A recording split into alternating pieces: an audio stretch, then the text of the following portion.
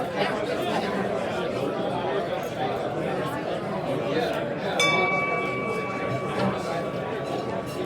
afternoon, Rotarians.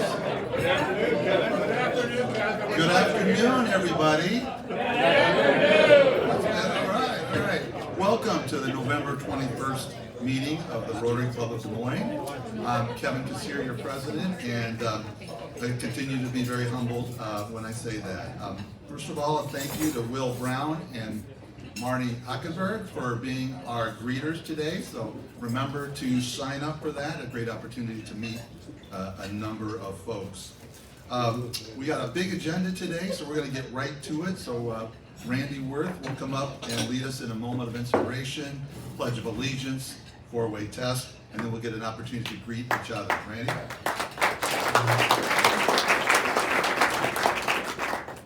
Thank you, fellow felons.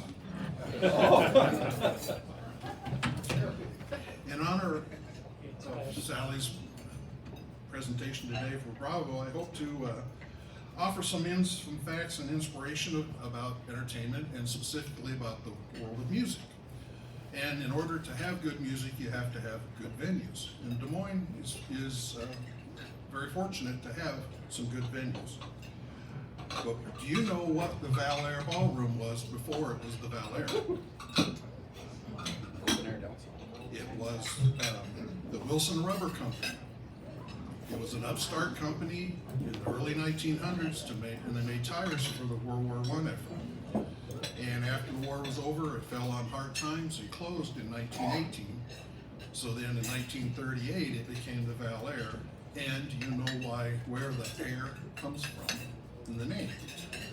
So Val for Valley, air because it was an open air facility. And you danced under the stars. Men cost us 85 cents, women were 25 cents. Go figure. And fortunately, it was enclosed in 1954. Okay. Hoyt Sherman Place, we know maybe more about it, was built in 1877 as a home. And the theater was added in 1923 as a project of the Des Moines Women's Club. It breathed pretty hard, and the wrecking ball was pretty much parked in the parking lot before, in 2005, it was renovated. Now it's on the National Historical Registry, and everybody that plays there raves about the acoustics. It is beautiful, as I'm sure you will agree. Before the Des Moines Community Playhouse was the Playhouse, it was the Roosevelt Theater. That. And in 1934. Okay. Des Moines has had a symphony since 1937. Calls the Civic Center its home, and Bravo helps support the symphony and the Des Moines Civic Orchestra. And to prove that Des Moines in Iowa is not a flyover state, Wells Fargo Arena has played host to the most prolific music tour in history. Any ideas? Elton John, Farewell Yellow Brick Road, $939 million and a measly extra 100,000 for the tour. He played Des Moines the day after he turned 75, and it was the last date on the tour that had to be rescheduled because of COVID.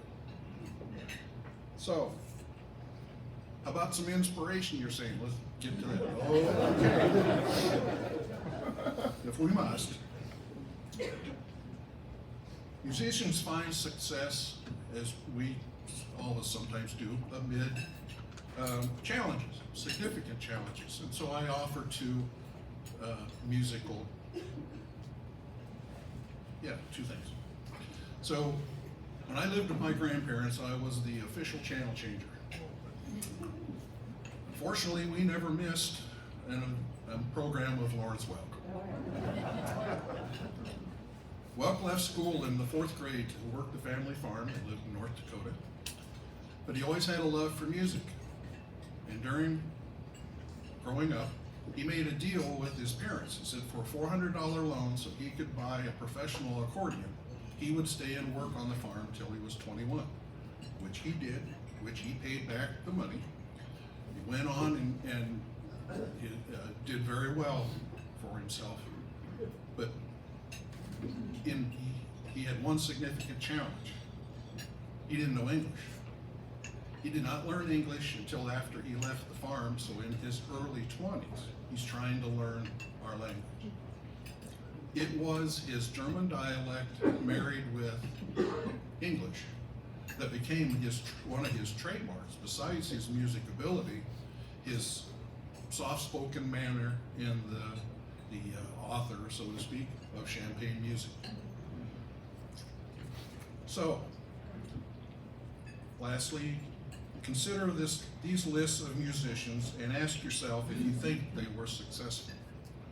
Irving Berlin, Elvis Presley, Jimi Hendrix, Sir Paul McCartney, and Eric Clapton. Each of these musicians have something in common. They couldn't read music. Perhaps you can use these examples as you offer inspiration, courage, and take courage to yourself or a loved one or somebody in your house to step out and try the arts and have them overcome whatever challenge that they face in their way. Now the Pledge of Allegiance. I pledge allegiance To the flag of the United States of America and to the republic for which it stands, one nation, under God, indivisible, with liberty and justice for all. and the four-way test. Is it the truth? Is it fair to all concerned? Will it build goodwill and better friendships? Will it be beneficial to all concerned? And briefly, meet and greet.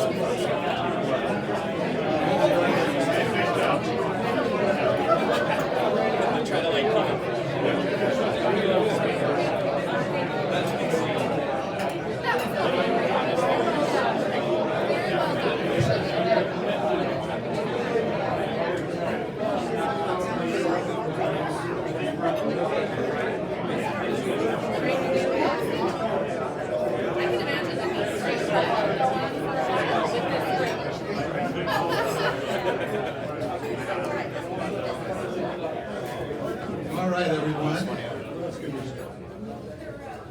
We have many guests today, so this is a great day for the Rotary Club of Des Moines. I'll be introducing all of our guests. As I do, I'm going to ask you to stand and then remain standing, and then we'll recognize you all at once, okay? First, we have Matt Kiernan with Prairie Meadows, a guest of Susan Voss. Welcome back, Matt. We have Julie Bowler with Remax Concepts, a guest of Will Brown. We have Blake Crow with I Bailey, a guest of myself, and hosted by Jake Conrad.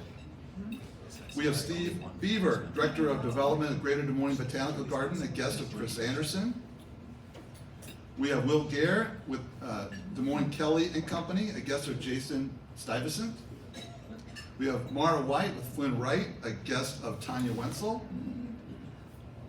And we have a special guest. We have Tian Bach, a past scholarship recipient of ours, who you'll hear a bit more today, and his brother Tin and mother Song. Welcome, everybody.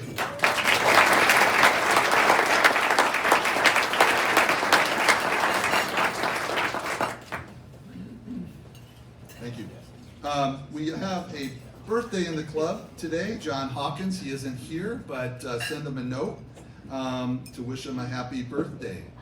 Also, for our guests, for your information, we normally now would have some of my favorite segments, the Rotarians on the floor laughing, which hopefully at least you get a chuckle out of.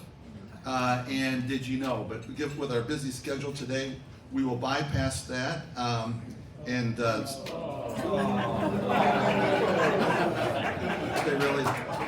really do love it. Going on to where in the world is club number 27? So this was a really cool event. This was the District 6000, so our district of about 70 clubs had a gala at the World Food Prize Hall of Laureates. And we had a great group there. I'm going to name them. Becky Greenwald, John Tone, Steve Moraine, Dave Oman, Todd Wheeler, Jeff Stickle, John Schneller, Arden Borgen, and Leslie Schaefer. I want to name those because we got a little, they pulled me up in front of the gala group, and we got recognized for having the most folks there. And they also recognized the work we've been doing with our strategic planning and called out our pillars and took note of that. So I thought that was a really cool moment for our club to be recognized. So that was a wonderful, wonderful evening.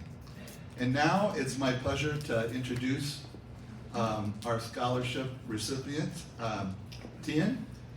He was awarded a 4-year scholarship, a total of $8,000 in 2022. He was the scholarship recipient from the virtual school in the Des Moines School District. And he's going to come up a little bit. Come on, Tien. He's going to come up here and share a little bit about what's going on with his college journey. Tien?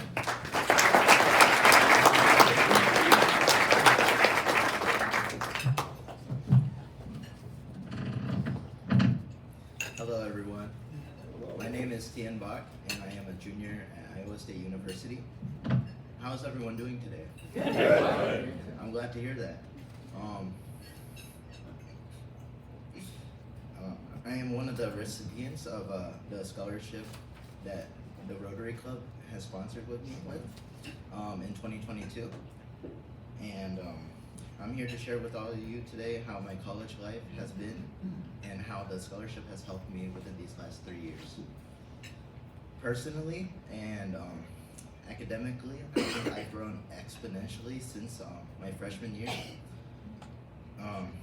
When I first started my college life, I was more reserved and kept to myself a lot more. After classes, I normally left class and went straight back to my dorm to work on my schoolwork. I tried to troubleshoot these issues on my own and was afraid to reach out to my peers and my professors for help. Every weekend, my mother and my father, they came up to take me back home, and that helped me feel a lot more comfortable. I felt more relaxed and safe at home, but it also increased me feeling more disconnected with my life at school since I was at home every weekend. And I knew that I had to change, since this would not be good for me in the real world where I can't just be escaping to home every weekend. So these past 2 years, I've been trying to get outside of my comfort zone, and I've been attending more networking events and tutoring sessions so I can meet more people. I've been trying to be more assertive in group projects and group work in my classes, where I've met a lot of great people and even more friends. Thanks to these little stepping stones, I feel more comfortable with reaching out to my peers and my professors for help. I also go often to my advisors so I can plan out my future more securely and to look at more options. And I'm glad to say that I'm more comfortable with reaching out for help without any issue. And I know that getting help from others will help push me towards success. beginning of this school year, I joined the audiovisual experience team on campus as a technical assistant. And this job has been such a great opportunity to learn more technical skills from my senior coworkers, but they also taught me more personal skills as well. And I'm very grateful for the position I'm in now. One of the biggest changes I've had in my school year, or well, my college life, is that I recently transitioned from my original cybersecurity engineering major to management information systems major with a minor in cybersecurity. The biggest reason why I wanted this to happen was I wanted to learn more about the operational side of cybersecurity and see what to learn more on the side that cybersecurity is trying to keep protected. Of course, I'll still keep learning more about the technical skills of cybersecurity, but I'll also be more knowledgeable about the operational side. And I'm confident to say with this change, it'll open up more opportunities in my career. And I want to thank the Rotary Club for all the help and support they've given me these last few years. And I'm very grateful, and I will never take that for granted. They have relieved financial stress upon me and my family, and thank you once again, everyone.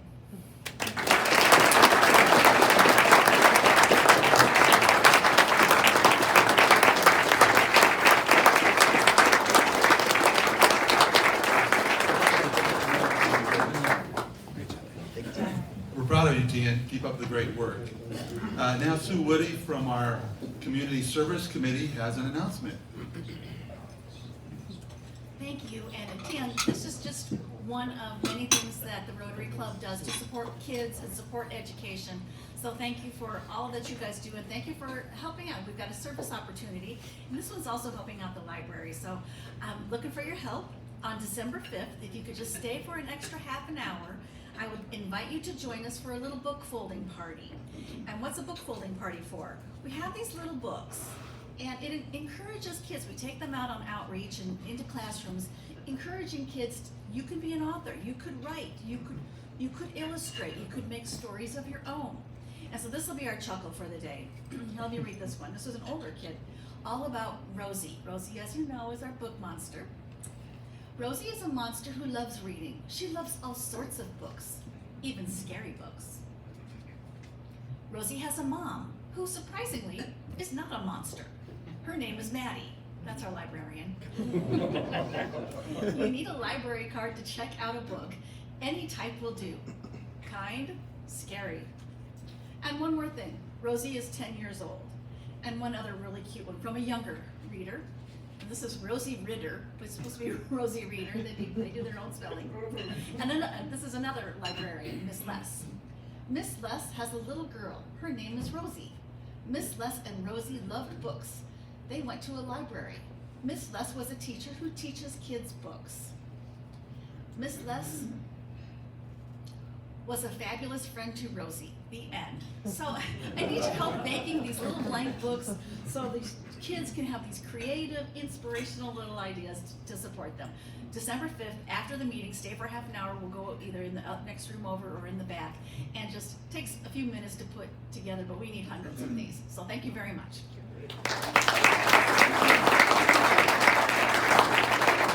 Thank you, Sue. And now Tim Lowitz, our president-elect, Carter jumped up, you want to go? will come up and share what's going on under his leadership for our strategic pillar membership.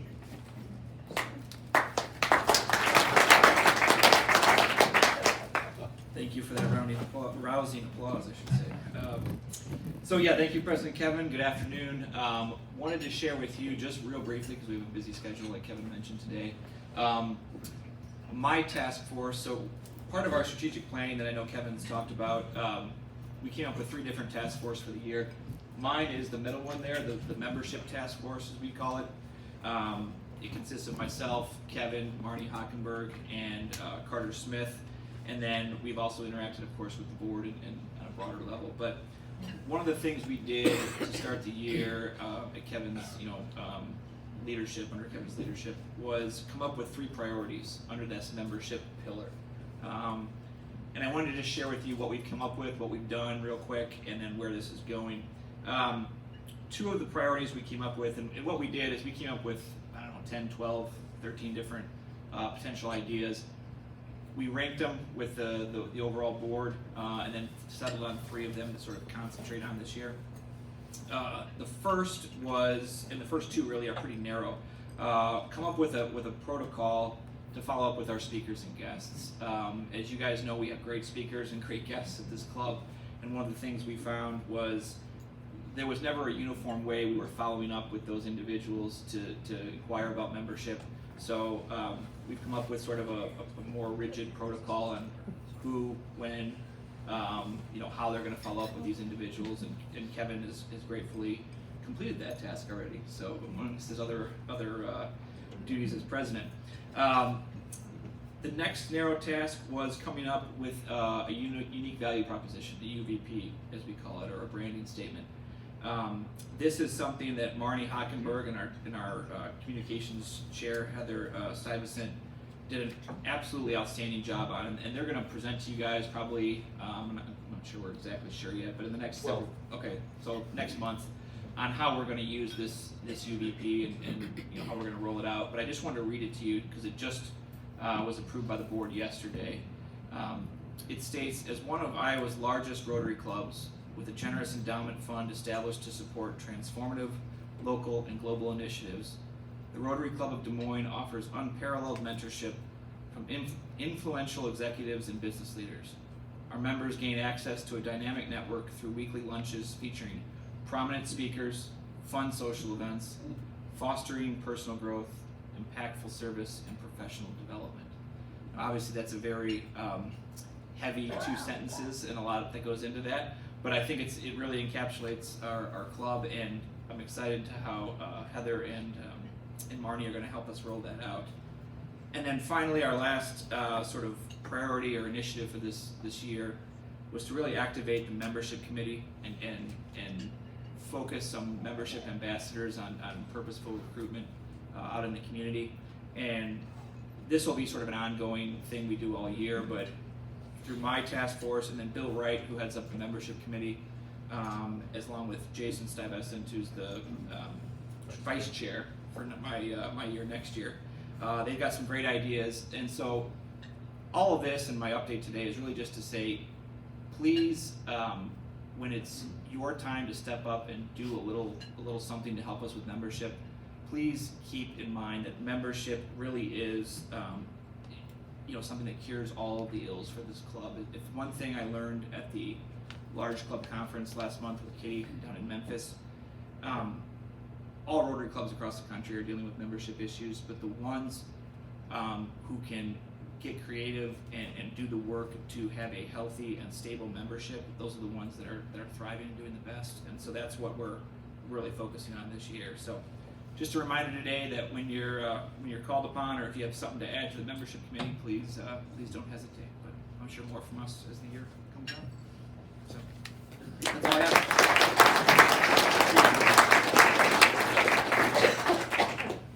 And now Carter Smith, it's your turn, Carter, to introduce our speaker.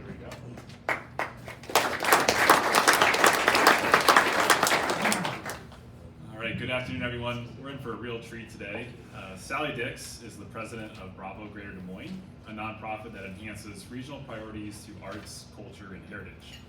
Since joining Bravo in 2014, Sally has led initiatives that have been awarded over $60 million in grants, completed 3 strategic plans, and conducted a regional cultural assessment, which has aligned arts and culture with economic development and quality of life goals. Bravo's work has firmly established arts as a driver of regional identity. Sally also serves as the chair of the Americans for the Arts U.S. Urban Arts Federation and has participated in grant panels for organizations like the National Endowment for the Arts.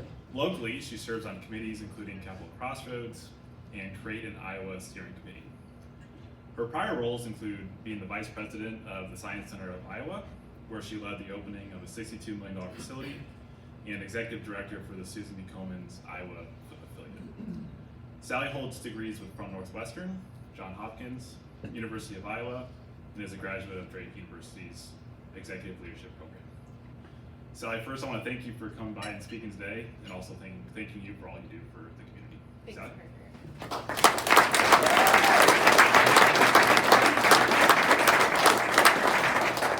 There's a sign up here that says talk into the microphone. In the history of my life, no one has ever said be louder. So I will do my best here, but if for any reason you can't hear me, do let me know. And thank you so much for the opportunity to be here, Carter. Thank you for the kind introduction. I love to talk about Bravo, and so I am going to give you just a really high-level overview of what we're doing. But if you have questions along the way or want to know more, please feel free to raise your hand or jump in, and I would welcome the opportunity to share everything about the great work that we're doing. First, I always like to start with a little bit of background. I find that a lot of people have heard of Bravo. How many of you maybe have heard of Bravo? That's good news. How many of you feel like you really understand Bravo? Yeah, it's a smaller number. At our most basic level, Bravo serves as the region's Arts Council. This means, as Carter said, we are working to align arts and culture with all of the region's priorities. So from education to mental health, economic development to diversity, equity, and inclusion, Bravo is leveraging community resources to maximize the impact of arts on everything Des Moines is trying to achieve. We were founded in 2004 when really visionary business and community leaders recognized the role that quality of life would play in our future. They understood that without a dedicated revenue stream, that wasn't going to be possible. So hotel motel tax was identified as our funding source, and we now have 17 local partner governments that are investing in Bravo, and that makes up more than 90% of our annual revenue. Bravo is actually one of hundreds of local arts agencies around the country, but I don't know of a single other one that shares this model that is both regional and funded with hotel motel tax dollars. And in our community, it's certainly an example, one of the earliest examples of a regional public-private partnership and that model of collaboration. One question I think we get a lot that maybe some of you would be asking is why should we invest public funds in arts and culture when there are police officers to be hired and potholes to be filled? And I could give you 1,000 answers to that question. One of the least sexy ones is because it's part of the law. This money, this hotel motel tax money, has to be spent on, at least 50% of this has to be spent on recreation, convention, cultural, or entertainment. So Bravo actually serves as a best practice accountability partner for these 17 local partner governments that are required to invest this hotel motel tax dollars into these things that are enhancing our region. It's not the sexiest answer, but it is important and something that comes up in case you get that question. I said that Bravo's mission is to maximize the impact of arts, culture, and heritage to advance regional priorities. Sometimes people want to know what are the regional priorities and who decided them. The way Bravo uses regional priorities is we aligned with Capital Crossroads. That was a comprehensive regional process led by the community partnership, the Greater Des Moines Partnership and the Community Foundation. And there are 4 priorities that were identified as the top most important. That's what you're seeing on the top of this slide. Bravo then worked with community partners to make sure that we were drawing a direct line from arts and culture up to those regional priorities. What are the ways that our sector can be most impactful? Those are the 4 middle tier.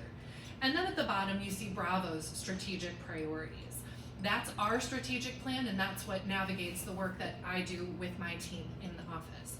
And the reason I show this slide is that we are incredibly proud of what we do, but it's imperative that everyone sees arts and culture as everyone's responsibility. This does not belong to Bravo. This is not our charge only. We all have to be working together if we want to make these connections between arts and culture and what the region wants to achieve. That said, Bravo is incredibly proud of the work that we do, and one of the things we are best known for is our grant making. We are currently supporting more than 90 nonprofit organizations across the region, and the budgets for those nonprofits range from $24 million annually to $895 annually. There is a wide range of organizations that are contributing to the cultural fabric in our region. Some of them you are probably very familiar with. We have a nationally recognized professional symphony. We have an internationally acclaimed art center and public sculpture park. Our zoo serves nearly 500,000 visitors a year. We have a 110,000 square foot science center, a 14-acre botanic garden. These are incredible amenities, but they really are just the beginning of what Des Moines has to offer. Bravo is supporting a number of organizations that you might not expect in our region and are truly raising the bar in our community. We have the After School Arts program that's offering engagement after school to keep kids safe in those crucial, often unsupervised after-school hours. We have a great organization called the Des Moines Young Artists Theater. They run primarily youth-led productions that introduce students and their families to the transformative power of live theater. City Voices is providing free voice lessons for students who want to sing but might not have the capacity to study privately. The Iowa Architectural Foundation, walking tours, programs to showcase architecture in our community that shapes truly our everyday lives. I could do an hour on each one of these organizations and many, many more that we have. It's just incredibly important that you understand the depth and breadth of the richness of our regional cultural ecosystem. In addition to our operating support grants that we offer, we also provide capital project support grants, and more recently, we are offering public art grants. Public art grants are actually only available to our 17 funding partner communities for public art master plans or actual implementation of public art. This is, of course, increasingly a priority for many of our communities. Building on the success of the sculpture park, we know that people want to live in places that have unique and accessible public art and that activate public spaces in unique and dynamic ways. So the success of the Downtown Sculpture Park is just the beginning. This will be the 5th year of Bravo running this program, and we're excited to have some announcements coming up in the next few months. There's a huge amount of success to celebrate with Bravo's grant making, and our cultural sector is vibrant in many ways. But it's still important to recognize that there are some gaps and some things that we need to be mindful of. We did just close literally weeks ago our process for this year, so the information here is actually from last year, but we anticipate it being somewhat similar as we move forward. So needless to say, the pandemic hit cultural organizations really hard. With virtually zero revenue coming in for quite a while, 18, 24 months for many of them, we know that many of them, our organizations, had to dig deep into their cash reserves. We are still seeing that about 60% of the nonprofit organizations we're supporting have less than 6 months worth of cash reserves. That is a tremendous risk for these organizations, as we know economic disruptions will continue. We also know that only 21% of our cultural partners are rooted in or primarily serving communities of color. We think it's important at Bravo and for our community that arts and culture are really representing all of the rich traditions, and we need to do a better job of identifying barriers to participation to make sure that everyone can see themselves in the stages and galleries that we're supporting. Finally, and I'm sure you're seeing this in the organizations you all are involved with, 57% of the organizations Bravo's supporting are entirely volunteer-led. There is no staff support. That's another potential vulnerability as demands on people's time continue to shift. We have seen declines over the last couple of years. Last year, this volunteer number dropped 25%. So 57% of the organizations completely rely on volunteers, and the number of volunteers dropped 25%.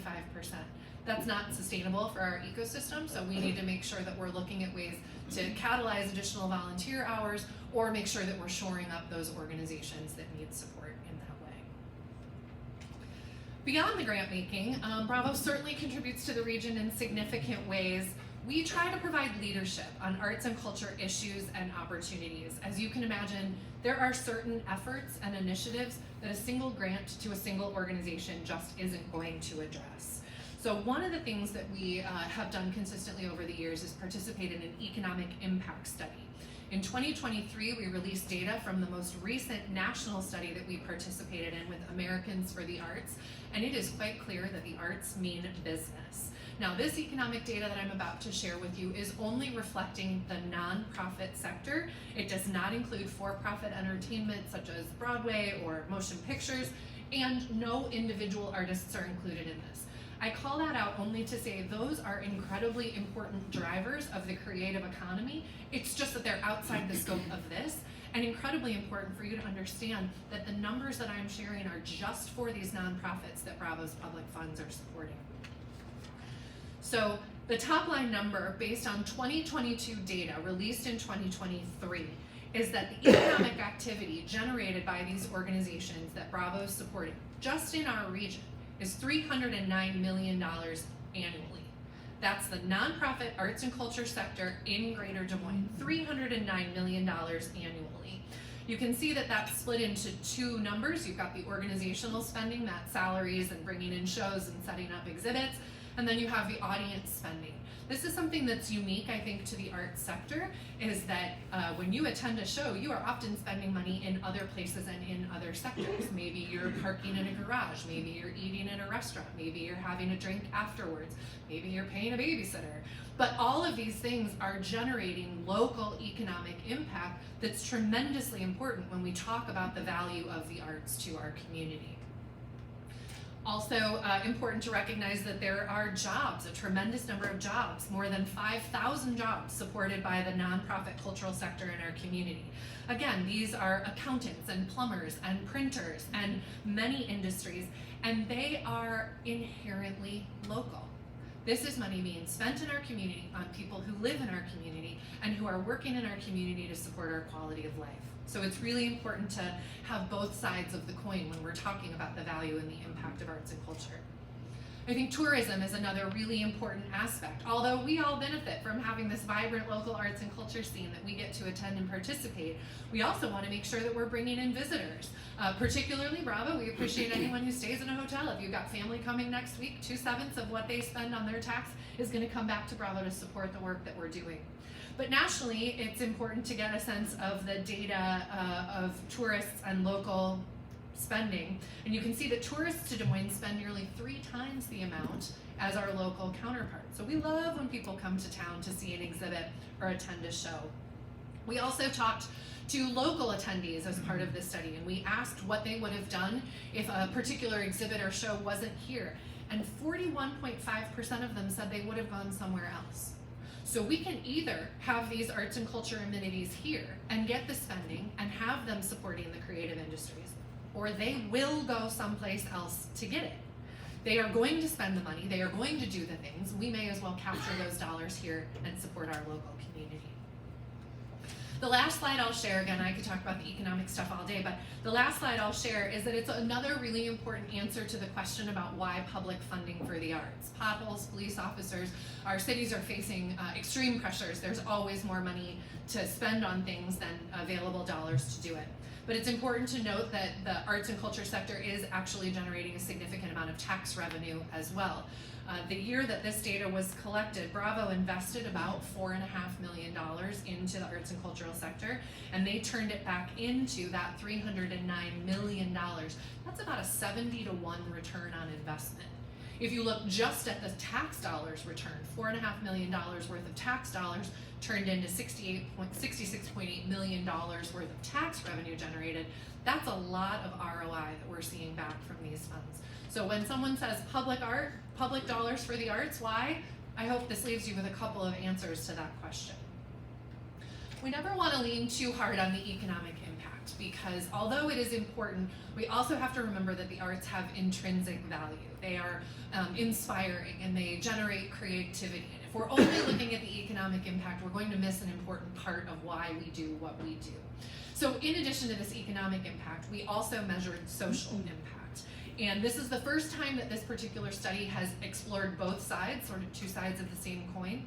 And I think what you're seeing from this data is that people want to be part of places that have vibrant arts and culture scenes.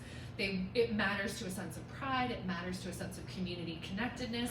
It's also a great talent attractor. I think most of you, anyone who's working, is facing a workforce challenge. We need to make sure that we are bringing people in.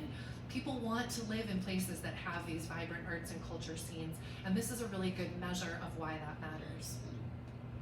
Further on the workforce, LinkedIn Learning does a study, and one of the most important factors driving that employers want in the workforce is creativity. And this is from a study that was a couple of years ago, but this is indicating that those soft skills are incredibly valuable as employers are looking, as jobs are changing so quickly. I tell my boys that the work that they're going to be doing, it probably hasn't even been invented yet. They need to be creative, they need to be resilient, they need to have imagination. And this is a metric that shows you that that's all true. And of course, that's what an experience with the arts is going to do for you. It's going to show you how to look at the world in new and different ways and be adaptive and responsive. It's incredibly important work that we're doing and has implications far beyond the cultural sector. The vast majority of what Bravo does is by investing in others, but we do operate one program, and that program is called Passport to Culture. We've been operating this program since 2008, and it is pretty elegant in its simplicity. Bravo invests funds directly in school districts, and the schools can then use those funds either for admission or transportation to bring K through 5 students to any one of Bravo's cultural partners, the organizations that we fund, that are providing youth programming. Last year, we invested about $140,000 in this program, and 22,000 students were able to have experiences with arts and culture because of these funds. We get data back from the teachers and from the schools. We know that 60% of those experiences would not have happened without this program from Bravo. The schools just don't have the resources, the time, the means to make this happen, and so we are very proud that we were able to provide those experiences for those students. Again, beyond the arts and the creativity and the inspiration that we know this access provides, there are tremendous data supporting the non-arts outcomes for investments in youth arts engagement. You can see from the screen there are students that have access to the arts are 2 times as likely to graduate college. Neighborhoods that have more arts and culture see drops in crime. Students are less likely to drop out, perform better on test scores. They are more likely to vote, 78% more likely to vote and be civically engaged.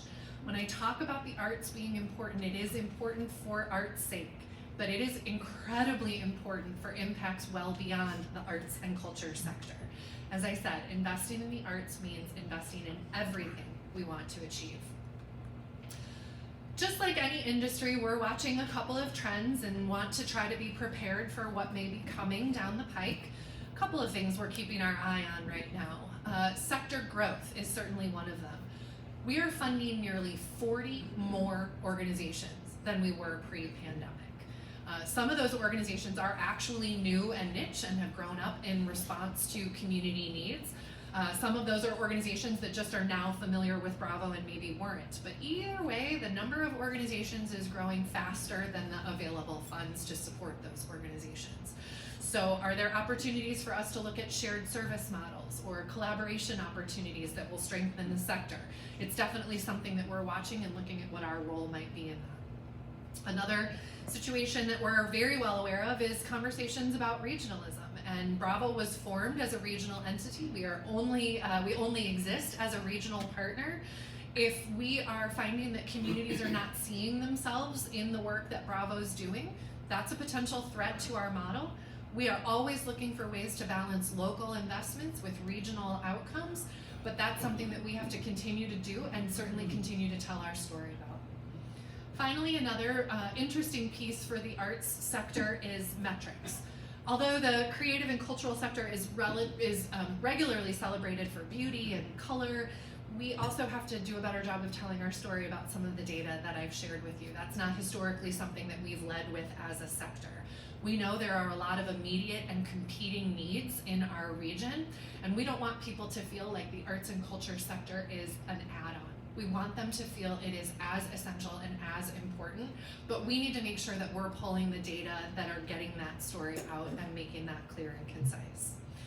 So it's a lot of information in a relatively short amount of time. Again, the last thing I want to leave you with, if you remember nothing else, please remember that investing in the arts means investing in everything our community is trying to achieve.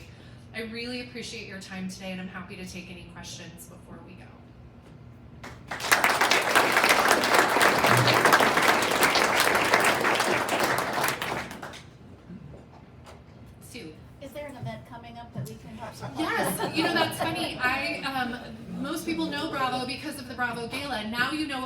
other 364 days of the year.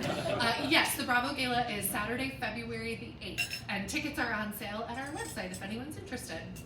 Thanks, Sue. Were the people of the group that was trying to resurrect the culture and arts of Iowa through NEH, were they successful in becoming and federally funded in our state? Yes, so the state of Iowa is, and I'm not an expert on this, but is renegotiating the party responsible for managing the national funds that come from the National Endowment for the Humanities. That pitch has been made, but I have not heard where it has landed, so I don't know if the choice has been made yet. But that's a state level opportunity for more funding from the National Endowment for the Humanities to go out to more arts and culture and heritage organizations in our state. Yes, as a live music fan, I was obviously very sad to see the folding of the Des Moines Music Coalition, and I know the announcement hasn't been made, but likely 8035, is there any discussions about Bravo stepping in to maybe not recreate exactly that, but fill that void of people promoting live music in the region? Yeah, the question is about the Des Moines Music Coalition, which recently announced that they are dissolving as an organization. They are the organization that has been running 8035 for the last 15, 17 years. No, that is not something Bravo is looking at, primarily because we don't run programs. The reason we don't do that is because we would potentially be competing then with the organizations we were formed to support. We are certainly working with leadership at the Des Moines Music Coalition to help in any way we can to make connections and hopefully provide line of sight to interested parties that may be good collaborators and partners to move that forward. Ultimately, though, there's a success story. We're always sorry to see an organization go away, but there's a tremendous success story with 8035 and the Des Moines Music Coalition in terms of catalyzing conversations about the role of live music in our community. I think anyone who's lived here for any amount of time has seen that there have been ebbs and flows, but there's a lot more live music now than there was 15 years ago when Des Moines Music Coalition started. One of the things we talk to our partners about on a regular basis is the average lifespan for a regular small business, if you will, a for-profit small business, is 3 to 5 years. I think it's unreasonable that we expect every nonprofit to be forever. Once they're formed, for them to stay alive forever may not be an appropriate measure. So sometimes there are lifespans and ebbs and flows, and this may be an appropriate evolution for our community. There's really a lot to celebrate. Again, of course, I'm not minimizing the disappointment to those who were involved, but there's also some positive work there too. Absolutely, thank you. Hi, John.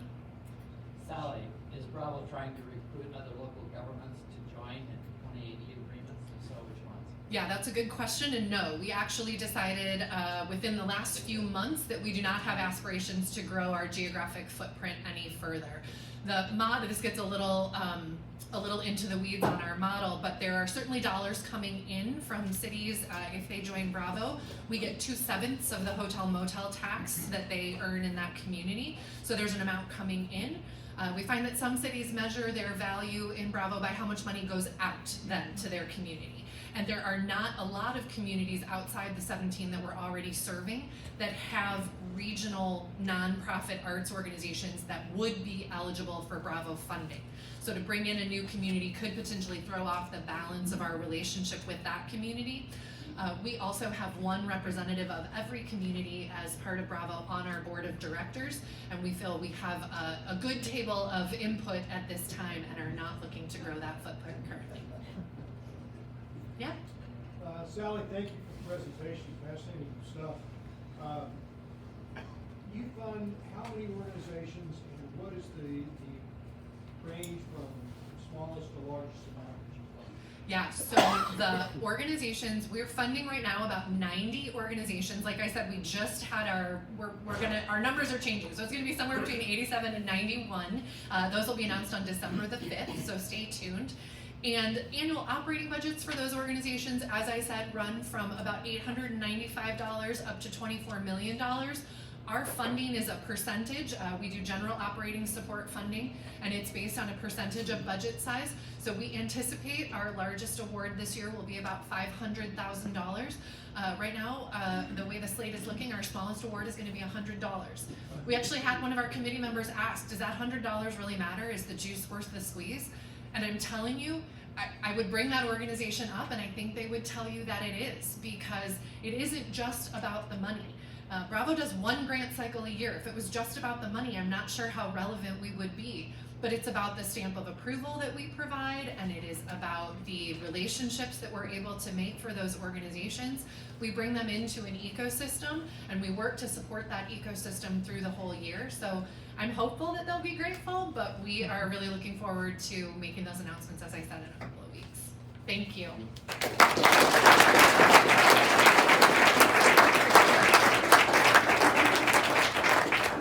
Sally, thank you for all that you do to make Central Iowa a great place to live, and thank you for the great presentation. It's fantastic having you. Okay, upcoming meetings.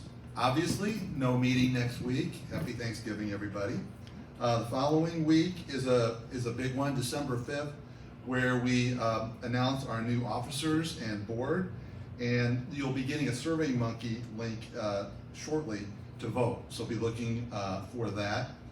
And also, and the big and most importantly, is this is the meeting where we give our $50,000 grant, or the $50,000 grant to the nonprofit. So that's one of our bigger meetings of the year.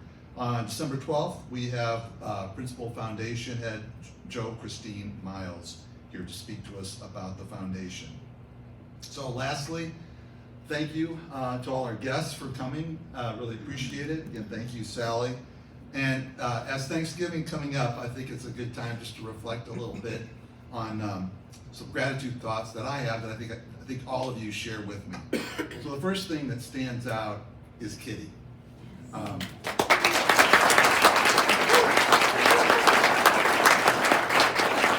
You know, we could put on our UVP that Tim just announced, and Kitty Morehouse, right? Right? He just came back from the large club conferences, he said, and the thing you appreciate when you go there is how great we have it. So, very thankful for Kitty. I'm thankful for the board and the board chairs. I'm asking a lot of them and implementing this new strategic plan, and they're stepping up in a big way for all of you. So, say a thank you to a board member, because they're really stepping up this year. And then lastly, thankful to all of you. You know, every year I build more and more valuable relationships, and every year we do bigger and bigger and more wonderful things. So just recently, for a guess, 288 coats went to needy kids to keep them warm this winter. We did that.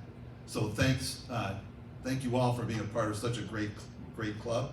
I hope you all have a wonderful, happy Thanksgiving, everybody. This meeting is adjourned.